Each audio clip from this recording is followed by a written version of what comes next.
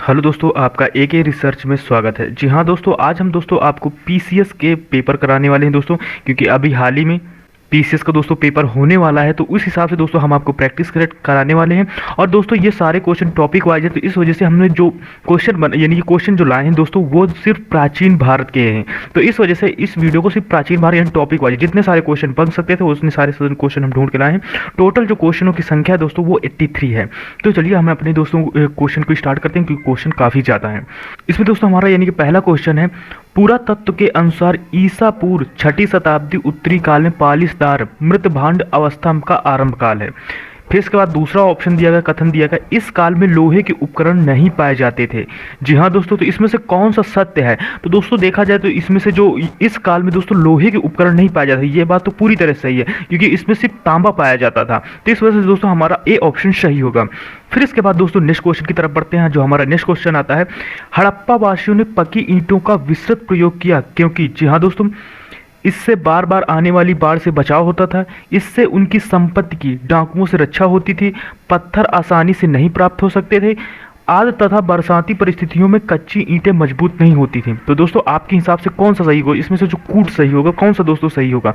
तो दोस्तों इसमें से जो हमारा कूट सही होगा दोस्तों, वो यानी कि इसमें से जो एक मिनट, इसमें से जो हमारा पहला सही, इसके बार बार आने वाली बाढ़ से बचाव होता था। हाँ दोस्तों होता था। फिर इसके बाद इसमें से इनसे उनकी संपत्ति को डाकुओं से रक्षा होती थी, ये बात तो सही है। हाँ भाई होती थी, क्योंकि पक्की ईंटें थी इस वजह से होती रही होगी। फिर इसके बाद दोस्तों तीसरा नंबर आता है, पत्थर आसानी से प्राप्त नहीं हो, ये बात बिल्कुल गलत है भाई। जब उस काल के पत्थर तो हर जगह आसानी से प्राप्त हो जाते हैं, तो ये बात तो बिल्कुल तरह से गलत है। चौथा नंबर, आर्द्र तथा बरसाती परिस्थितियों में कच्ची ईंटें मजबूत नहीं होती थी, ये बात सही है। तो इस हिसाब से दोस्तों हमारा सी ऑप्शन सही होगा। फिर इसके बाद दोस्तों नेक्स्ट क्वेश्चन की तरफ बढ़ते हैं। जो हमारा नेक्स्ट क्वेश्चन है, निम्नलिखित कथनों में से सत्य कथनों की पहचान कीजिए। फिर इसके बाद दोस्तों इसमें से जो हमारे नंबर वाइज कथन दिए हैं वो कौन सा है, आदमगढ़ एवं बागोर से पशुपालन का प्राचीनतम साक्ष्य मिला। जी हाँ दोस्तों, प्राचीनतम साक्ष्य प्राप्त हुए। भीमबेटका के से चित्रित शैल श्रय प्राप्त हुए, सही है। मेहरगढ़ में कृषि के प्राचीनतम साक्ष्य प्राप्त हुए, ये भी बात सही है। और फिर पिकलीहन से राख के ढेर प्राप्त हुए, ये बात भी सही है। तो इस हिसाब से दोस्तों हमारा ऑप्शन डी सही होगा। फिर इसके बाद दोस्तों नेक्स्ट क्वेश्चन की तरफ बढ़ते हैं। जो हमारा दोस्तों नेक्स्ट क्वेश्चन आता है, यानी क्वेश्चन नंबर 4 आता है। क्वेश्चन नंबर 4 में दिया गया है दोस्तों, निम्नलिखित में से ताम प्रासायण कालीन बस्ती से मात्र तांबे के उपकरण ही प्राप्त हुए। जी हाँ दोस्तों, आहार, अमारी, जी हाँ दोस्तों अमारी, या फिर बुजर होम, या पिकलीहन। जी हाँ दोस्तों, इनमें से कौन सा सही होगा? इसको आप कमेंट बॉक्स में टाइप कीजिएगा, तो इससे आपको थोड़ा अंदाजा मिल जाएगा। तो दोस्तों इसका जो सही ऑप्शन होगा वो आहार सही होगा।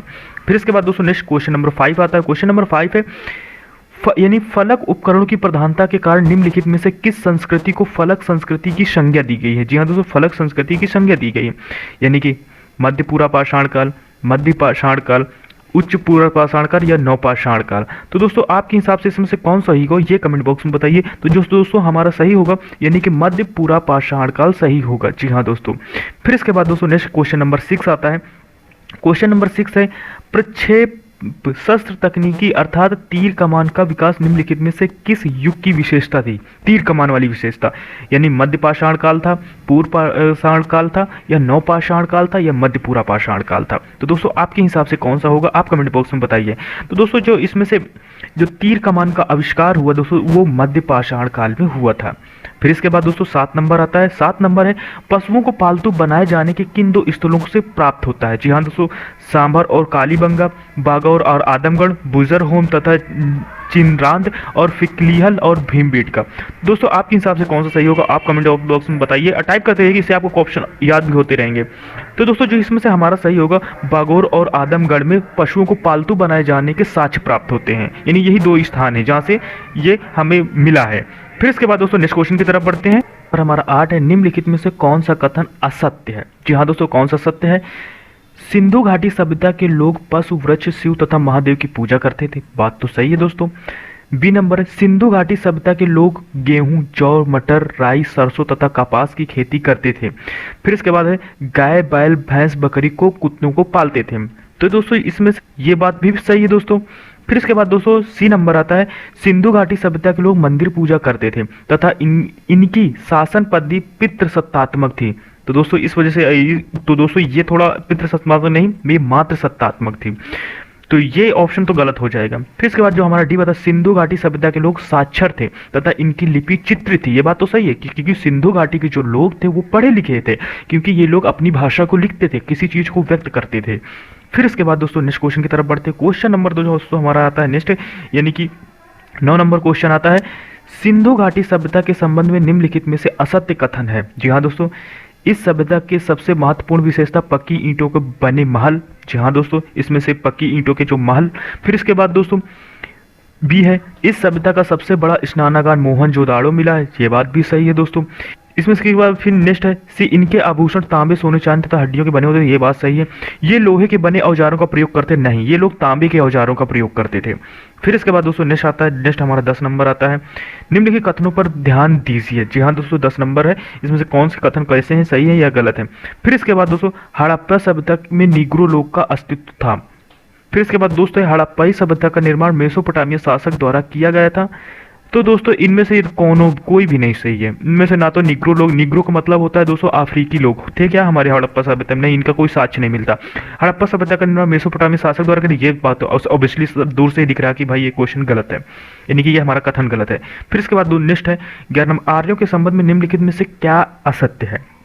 नेक्स्ट है, इसमें से ऋग्वेद सभ्यता ग्रामीण सभ्यता है क्योंकि आर्य पशुपालन एवं कृषि करते थे। तो ये बात तो दोस्तों सही है। फिर इसके बाद दोस्तों ऋग्वेद आर्य प्राकृतिक पूजा के करते थे। ये बात भी सही है। फिर सी नंबर है, मैक्स मुलर के अनुसार आर्य मूलतः मध्य एशिया के निवासी थे। ये बात भी सही है। फिर इसके बाद दोस्तों ये है, पूर्व वैदिक युगनी आर्य महिलाओं को राजनीतिक एवं आर्थिक अधिकार प्राप्त थे। ये बिल्कुल गलत है दोस्तों, ये नहीं, ये गलत है, डी नंबर गलत है। फिर इसके बाद दोस्तों 12 नंबर आता है। 12 नंबर है, इसमें से उत्तर वैदिक काल के संबंध में निम्नलिखित में से क्या असत्य है। हमें असत्य बताने, सत्य तो इसमें से दिया हो तो सत्य दोस्तों पढ़ने में पता चल रहा है कि हमारा कौन सा सत्य है। तो दोस्तों इसमें से दिया है, इस काल में वितत संस्था लुप्त हो गई थी। यह बात सही है दोस्तों। इस काल में अतिथियों को गोहतंग कहा जाता था। जी हाँ दोस्तों, इसमें से जो अतिथि थे उन्हें गोहतंग कहा जाता था। इस काल में सभा और समितियों का कोई महत्व नहीं था। ये बात गलत है। इनमें सभा और क्योंकि सभागार भी वहां तो दोस्तों मिला है हड़प्पा में, तो ये बात तो गलत है कि वहां पर सभागार मिला है, तो यानी कि सभा का महत्व था, वहां पर सभापति बैठते थे। फिर इसके बाद दोस्तों डी है, इस काल में आश्रम व्यवस्था पूर्णतः विकसित नहीं हुई थी। तो दोस्तों इस काल में, हाँ ये बात सही है, इस काल में आश्रम व्यवस्था विकसित नहीं हुई थी। यहाँ पर प्रॉपर दोस्तों आश्रम वाइज नहीं, जैसे कि आजकल की जो मॉडर्न शिक्षा आधारित इसी तरह वहाँ पर शिक्षा दी जाती थी। आश्रम नहीं, इसमें से आश्रम व्यवस्था नहीं थी। फिर इसके बाद दोस्तों नेक्स्ट क्वेश्चन है, 13 नंबर आता है। 13 नंबर है, निम्नलिखित कथनों पर विचार कीजिए। जैन ग्रंथ यानी भगवती सूत्र के 16 महाजनपदों की सूची मिलती है। फिर दोस्तों अलकप्पा से बुगली बुद्ध कालीन 10 गणतंत्र नहीं थे। तो इसमें दोस्तों यानी कि इसमें से जो हमारा पहला सही होगा, क्योंकि ये साथ तो जैन ग्रंथों के भगवती सूत्र 16 महाजनपदों की सूची मिलती है, लेकिन ये बात बिल्कुल नहीं सही है।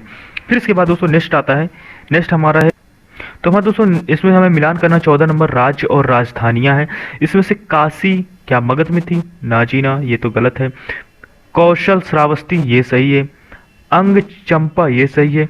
कुरु इंद्रप्रस्थ ये सही है। तो इसमें से हमारा जो सही ऑप्शन होगा दोस्तों वो ये होगा 2, 3, 4, यानी कि बी सही होगा।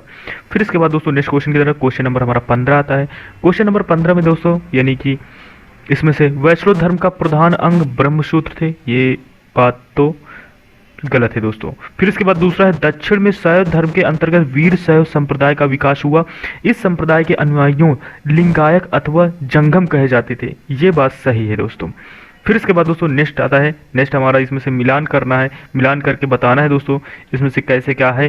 तो इसमें से 16 नंबर आता है। 16 नंबर में से राज्य और उसके स्थान दिए हुए हैं, तो स्थान में से जो हमें मिलाना है यानी कि ब्रह्मदत्त का दोस्तों, जी हाँ दोस्तों, इसमें ब्रह्मदत्त अंग, उदयन वश, अवंतिक पुत्र सूरसेन मिलान कर रहा है, प्रजेनसिद्ध कौशल, तो इसमें दोस्तों ये तो सारे मिलान कर रहे हैं। तो उस हिसाब से दोस्तों जो हमारा एम ऑप्शन सही हो जाएगा दोस्तों, तो वो इसमें से सही होगा हमारा डी। फिर इसके बाद दोस्तों नेक्स्ट क्वेश्चन आते हैं। नेक्स्ट क्वेश्चन हमारा 17 नंबर आता है। 17 नंबर में देखते हैं दोस्तों, इसमें से सिंघली अनुश्रुति के अनुसार अशोक ने अपने 99 भाइयों की हत्या कर सिंहासन प्राप्त किया। ये बात सही है। फिर इसके बाद दूसरा है, वितास्ता के युद्ध को हाइडे स्पीच के युद्ध के नाम से जाना जाता है। ये बात भी बिल्कुल सही है। तो इसमें सी सही है हमारा ऑप्शन। फिर इसके बाद दोस्तों नेक्स्ट 18 नंबर है। 18 नंबर में यानी कि हमें बताना है दोस्तों, तो इसमें से संकर्षण यानी रोहिणी सूत्र, ये बात तो सही है। फिर इसके बाद दूसरा प्रधुन जाम्बी पुत्र, नौ दोस्तों ये नहीं है। वासुदेव देवकी पुत्र है। फिर इसके बाद अनिरुद्ध प्रधुन पुत्र, ये बात सही है, तो इसमें से हमारा ऑप्शन सी सही होगा दोस्तों। फिर इसके बाद दोस्तों नेक्स्ट बढ़ते हैं, 19 नंबर आता है। 19 नंबर है, निम्नलिखित युग में से कौन से असत्य हैं। जी हाँ दोस्तों, असत्य हमें बताना है 19 नंबर में। तो दोस्तों इसमें से कौन सा असत्य है, यानी कि अजीवक संप्रदाय, अजीवक संप्रदाय, ये दोस्तों गलत है। फिर इसके बाद नित्यावादी, ये भी गलत है।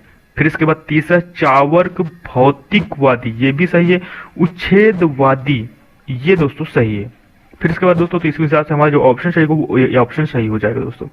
फिर इसके बाद दोस्तों 20 नंबर आता है। 20 नंबर ये भी मिलान करेंगे। देखो आईएएस पीसीएस में क्वेश्चन दोस्तों ऐसे ही पूछे जाते हैं, तो जो लोग अभी यानी कि जिनका पेपर है दोस्तों, वो लोग तो बखूबी हर चीज को बखूबी एक एक पॉइंट नोट करके याद कीजिएगा, समझिएगा, क्योंकि आपका पेपर लगा है।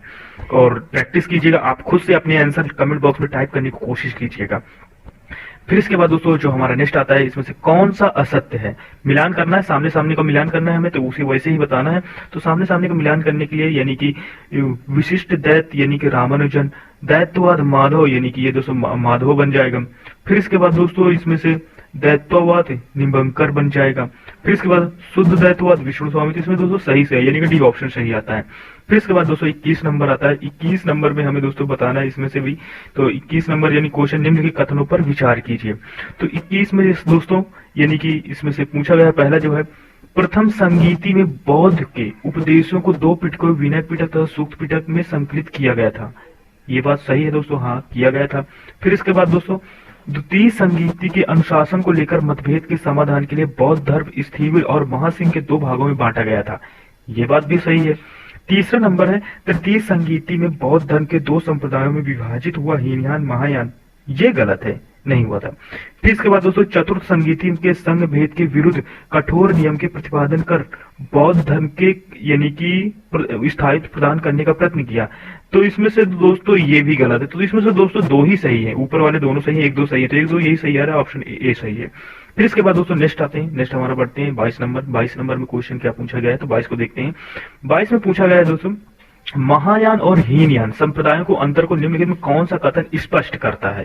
जी हाँ दोस्तों, कौन सा स्पष्ट करता है, तो दोस्तों हीनयान मूर्ति पूजा में विश्वास करता था, जबकि महायान नहीं, ऐसा नहीं है, ये दोनों करते थे। फिर इसके बाद बी है, हीनयान का यह विश्वास है कि वह व्यक्ति को अपने शुभ कर्मों से अपना लक्ष्य प्राप्त कर सकता है, जबकि महायान बोधित की कृपा सहायता में विश्वास करता था। ये बात सही है कि वो लोग क्या कहते हैं, अपने कर्मों के हिसाब से देते थे और बोधित कृपा सहायता में विश्वास करते थे। फिर इसके बाद दोस्तों तो ये हमारा ऑप्शन सही है, तो इसमें से बाकी तो ऑप्शन गलत हो जाएंगे दोस्तों, क्योंकि एक सही निकल गया, क्योंकि हमें एक ही देना है, उसमें से नीचे और कोई वो तो दिए नहीं है कथन।